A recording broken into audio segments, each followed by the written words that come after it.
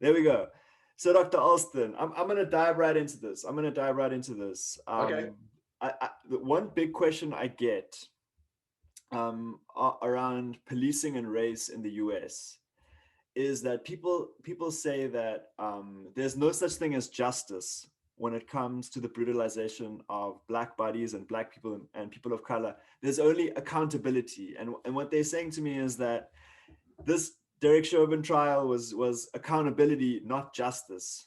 Right. Um, I want to kick off just with that because that's been the top of the conversation that I've had today, and I'd love to just put that to you, and then we'll go from wherever you want to go. Well, yeah, and your listeners are absolutely right. If we look at the definition of justice, justice means restoration. We cannot restore the life of George Floyd. We cannot restore the life of Breonna Taylor. We cannot restore the life of Philando Castile. But what we can do is get accountability for their loss, right? To hold somebody accountable. In America, there's a fundamental belief that every death deserves accountability because we simply can't give justice to the person who is lost. We can't restore them. We can't bring them back. Mm-hmm. But we can get accountability and we can hold somebody accountable. And today's verdict on the George Floyd trial is a very important one because now we are now holding a former police officer accountable for the murder of an individual that we all got the opportunity to watch live in broad daylight via the cell phone of a very, very courageous teenage girl who was there and recorded the whole thing, this murder, because it was exactly what it was. And now that ex-police officer is a convicted felon murderer of a fellow human being in the United States. He will now be held accountable. So, Dr. Alston, tell us a little bit about your history. We came into contact through, we did an event together where you were talking about due process in with law enforcement. But in order for people to understand your relationship with law enforcement and your perspective on issues around race and policing, help us get a bit of a sense of who you are. If you don't mind, as much as you're comfortable sharing us, not only what you do professionally and your past experience, but how you got to see this intersection. Because Right. I mean, just because somebody is a black police officer doesn't necessarily mean that they're able to see some of these links that Right. we're going to talk more about today. Okay. Well, so I am a retired Dallas police officer. I spent 15 years on the street in Dallas, Texas. I joined the police department as an older individual. Most people come to policing in their early 20s. I was in my late 30s when I became a police officer, and after 15 years, I did retire. I held every single position in policing. I was a patrol officer. I was a patrol supervisor. I was a lieutenant and manager over police and patrol. And then I was a major, which is an appointed rank over patrol at night in two big parts of the city of Dallas. So, but I also earned my doctorate degree, a research-based doctorate degree in organizational change while I was a police officer. And my earning that doctorate degree afforded me the opportunity to work with the United States Department of Justice to evaluate the police response to mass protests in this country after the Mike Brown shooting in Ferguson, Missouri in 2014. In 2015, myself and seven other researchers delivered a seminal document on how to respond to mass protests in this country. Unfortunately, in 2015, not a lot of police leaders read that, but that document has become very, very important in light of the mass protests that began in this country last year after the George Floyd murder on May 25th of last year, and the summer of protests that followed, and then all the way leading up to the protests that lead up right up to this trial here. So that document was really how police should respond to mass protests in this country. And so that's kind of what my connection is. So I've seen it from every level. You know, I felt that there was always a duty to intervene by police officers when they saw them using excessive force. As a matter of fact, I think about one incident when I was a brand new patrol sergeant, when I had to, pull people off of a person who happened to be a black person that they were just using way too much force on. And they filed a complaint against me. And I stopped them from doing this. And then I was called on the carpet for not supporting the police. And I said, either we want to end up on CNN as a bad example, or we can lead and take lead on this and stop this from happening. There was no reason why, once a person is in handcuffs, that you should continue to hold them down and put their body under any more stress than it is already under, and that could result in their death. And that's what happened with George Floyd. That police officer murdered George Floyd because he was indifferent to that man's life, and the verdict was just today. So that's kind of how it all kind of connects to me.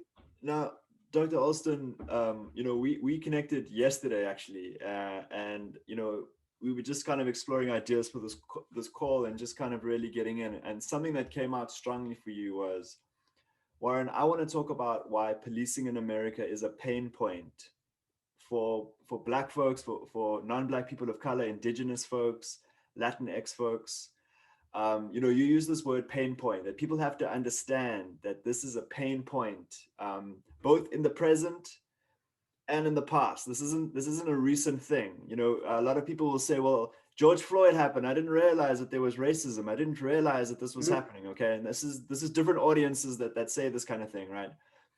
But if you can just walk us back, and a lot of the folks will be listening to maybe in a South African context, a European context, an Indian context, Brazil, Latin America, and South America. Help them understand what this relationship is all about.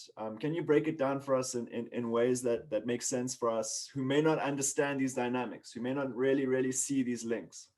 Okay, very good. Okay, so we'll start with sort of the most tangible beginning of policing in America is with slave patrols in the 1800s. Mm-hmm. So in order to keep, so back in, in the height of slavery in America, there were 4 million people enslaved in this country, Black people enslaved in this country. Textbooks will lead you to believe that people willingly accepted their enslavement. The truth is there were a lot of people trying to get away, rioting, all types of things happening. So as a result of that, especially in the South, there was a group of individuals that emerged called slave patrols. Their job was to go out and find slaves that have escaped from the plantations or who were off plantation, and their job was to verify that they had permission to be off plantation. But if you were found off plantation by a slave patrol, you were savagely beaten. You were killed, murdered, mutilated, raped. Every negative, bad thing that we'll never understand how significant the punishment was for a slave who was found off plantation, even with permission.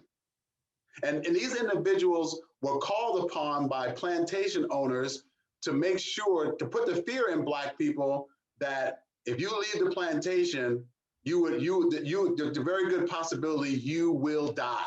So their mandate was, the slave patrols from the slave owners was, do whatever you have to do to bring them back. In whatever condition you bring them back, we don't care. Do whatever and we will not hold you accountable. Mm-hmm. So that's where that comes from, right? So you have a band of individuals who are, it's hard for us to ever really understand or to fathom the human destruction to the Black body that was done during slavery in this country. And that was perpetrated by those individuals who were the members of slave patrols. And at the permission of people who owned this property, right, technically owned these Black bodies, gave them unfettered authority to do whatever they wanted to do and told them, you will not be held accountable. So you take that mindset that you're not going to be held accountable, and you can do whatever you want to this Black body. Slave patrols evolved into police departments in the slaveholding states in this country. So they took that same mentality into formal police departments, because after the emancipation of slaves in America, they said slave patrols were now turned into police departments. And their whole job was to terrorize Black people. Their job was to continue to suppress Black people. Their job was to make sure Black people never ever enjoyed the full benefit of their freedom that was given to them after the Civil War, and especially during Reconstruction. You got to understand that the 11 years of Reconstruction in this country, there was so much anger and so much animosity towards Black people by Southern whites in this country that the police literally became the police were the Ku Klux Klan, and the Ku Klux Klan were the police. And their job was to terrorize and murder and destroy and minimize and run off Black people to make sure. Then what they were really trying to make sure they didn't vote. That was the real thing. The secret was you cannot vote. And oh, by the way, we also took land. The Union forces seized land in the South, gave it to Blacks. Blacks were prospering. They were becoming wealthy. Well, poor Southerners, it just enraged them. And so they controlled the police. They had the Ku Klux Klan, and it became an all-out terrorism against Black people. And that terrorism has not stopped in America. It's just always been in the background. It's always been in the background. So you go from slavery, slave patrols, Reconstruction, the emergence of police, and the emergence of Ku Klux Klan. I'll be clear on this. The Klan was the police, and the police were the Klan. And their job was to terrorize, destroy, minimize, run off Black people, and make sure, one, they never prosper in this country, and two, never vote. So you come out of Reconstruction, now you the emergence of Black, and what comes out of Reconstruction is, in the South especially, is these things called Black codes. And what it said was that what they did was they criminalized being Black. They became all these rules like if you don't get off the sidewalk when a white person walks by, that was against the law. You could be arrested for that, beaten, killed, shot, pulled out of your house. Black codes. If you stood too close to a white woman, if you spoke and not in a submissive tone to a Black person, if you tried to argue a contract with a white person, if you tried to get a white person to pay you for crops that you had rights to, there were all these things. They were called Black codes. And what they did was, so we go from destroying and mutilating outright the Black body and terrorizing Black people to criminalizing being Black. And so we usher in the 13th Amendment. So the 13th Amendment said abolish slavery in this country. And but there was a loophole, right? That loophole was but for somebody committing a crime, you cannot be a slave. So what the South did was they just criminalized everything Black, and they started putting people in jail, and they started criminalizing them. So in essence, it was the reintroduction of slavery without calling it slavery. It was the beginning of it was the formalization of the criminalization of being Black in America, and the police were very responsible for that. I also want to tell you, I'm reading a book about Ulysses S. Grant, who was the president of the United States right after. So Abraham Lincoln was killed. Andrew Johnson took over, who was a white supremacist Democrat who really got in the way of Reconstructionist country and really catered to the Southern Democrats who were against the abolishment of slavery. And then Ulysses Grant, who was the supreme commander of all U.S. forces, and during the Civil War, he became the president after. Yeah, I discovered in his historical context that most of the police departments and the sheriffs in the South were former Confederate soldiers, right? So these Confederate soldiers now have the color of law protecting them, and it was all out massacre of the Black body in this country for the next 40 or 50 years. So after Reconstruction ended, so Reconstruction was from 1865 to about 1876, federal forces were removed from the South.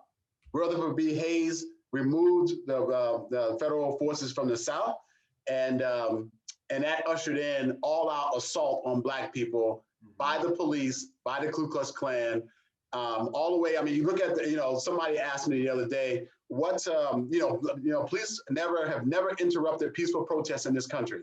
And I said, are you sure? Do you know anything about history? Oh, you have to go to 1866 New Orleans massacre, where peaceful protests were happening and the police literally killed Black people. They chased them into a building and executed them with no accountability. No one was ever held to account. Nobody went to jail. Nothing happened. These are Black bodies by the police. So you go from Reconstruction and the violence of that period, Black codes, into what we now call after the emergence of the 13th Amendment and the 14th Amendment and the 15th Amendment, we see the emergence of Jim Crow, right? So Jim Crow was really about ensuring that Black people always were going to be subordinate to white people in America.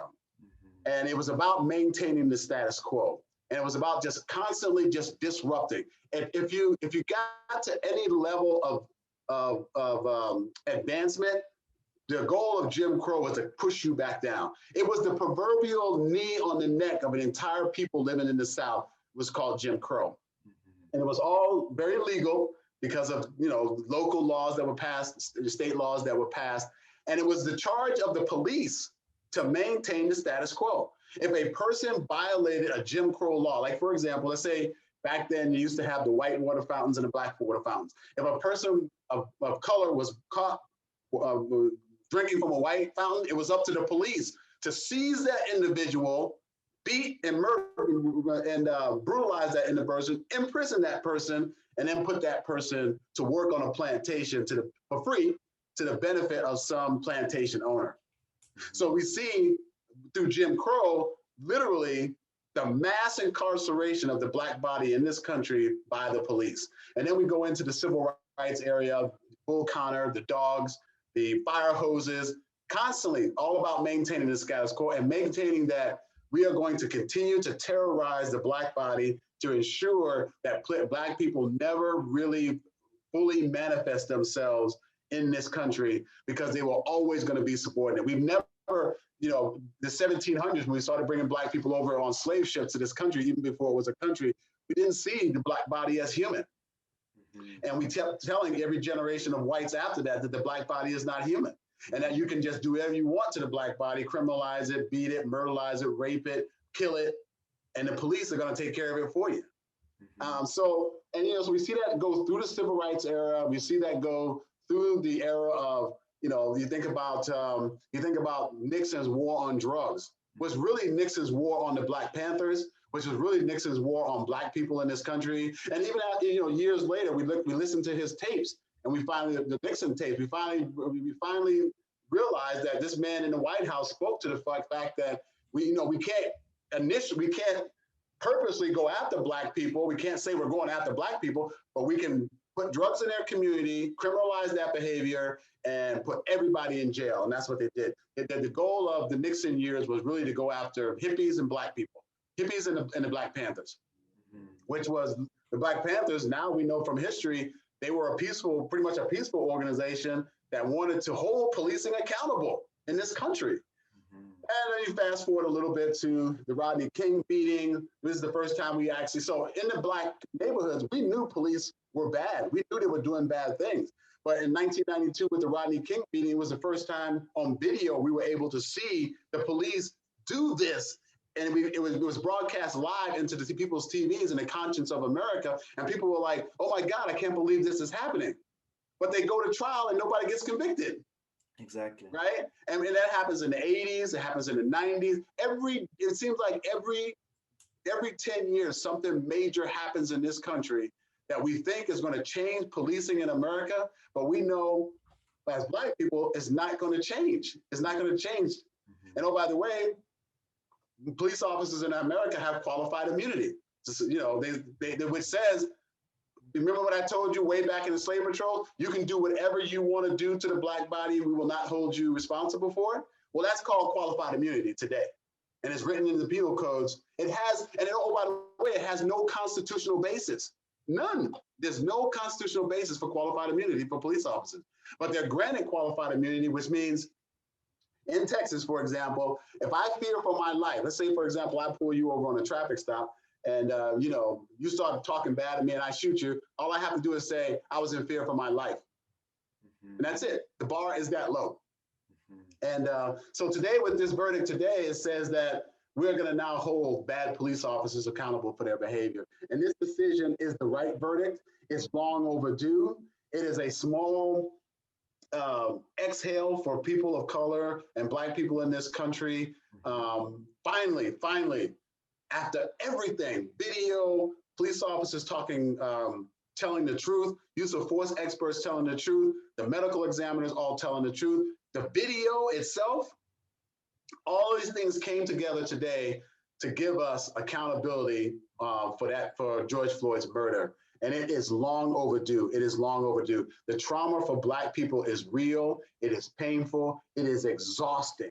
It is literally exhausting. Imagine what it feels like to think that the very next time I go outside my house, I can be pulled over by a police officer and killed for almost nothing, for almost nothing. And that trauma, that micro trauma that happens every single day, and then the major trauma that happens, like happened to George Floyd last year on May 25th, that's real and it's painful. It is painful. And people are about to say enough is enough. Enough is enough. So that's where it all is. Alston, help us understand a little bit about how you experience today, because look, honestly, the collective sigh of relief, just, I mean, walking around spaces, people were hugging each other. There was, you know, some people closing them up in spaces and just crying. I mean, it's hard to put into words for many people, you know, just what today means. One person I spoke to said, you know what, I have never seen this. I never thought I would see this in my life. I've never thought I would see a police officer go to jail, even with the evidence. I woke up this morning and I still had that doubt that this was actually going to happen. I don't feel like this is real, you know, sort of pinch me. You know, there's this sense that it's almost, and then somebody else came into the space and said, well, of course, didn't you see the video? And kind of had this very sort of like, obviously this was going to happen. So there's this sense of on the one hand, the person who came in and said, well, this was obvious, has this inherent trust in the police, in the injustice system, right? The sense of, okay, well, we all saw the video, so what are we complaining about? You know, obviously they're going to go to prison.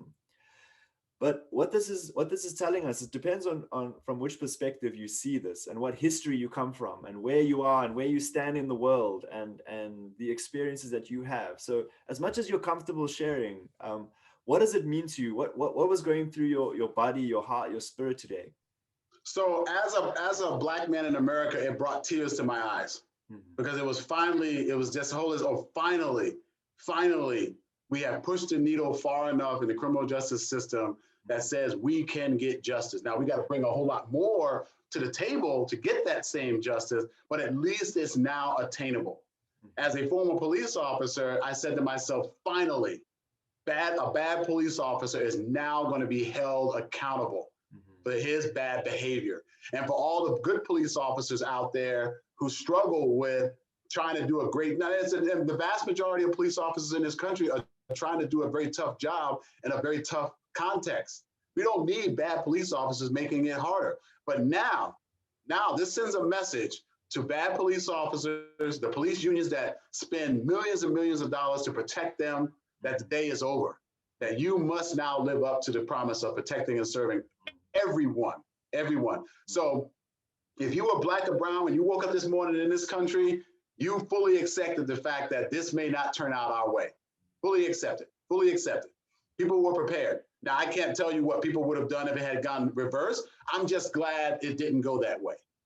This was the right verdict at the right time. And for this trial, because, you know, we thought the more it goes on, the less likely we were going to get a conviction. But the jury saw the evidence. And I like the point where the prosecutor said, you can believe your eyes. Because historically, in police trials, they always tell you, don't believe your eyes. You have these paid use of force experts telling you, don't believe your eyes. Don't believe your eyes. You don't know what you're seeing. It's not really what you appears to believe. But now people said, nonsense. I'm smart enough to look at that and say, for 9 minutes and 29 seconds, this man was being murdered in broad daylight by a police officer, and that's not acceptable.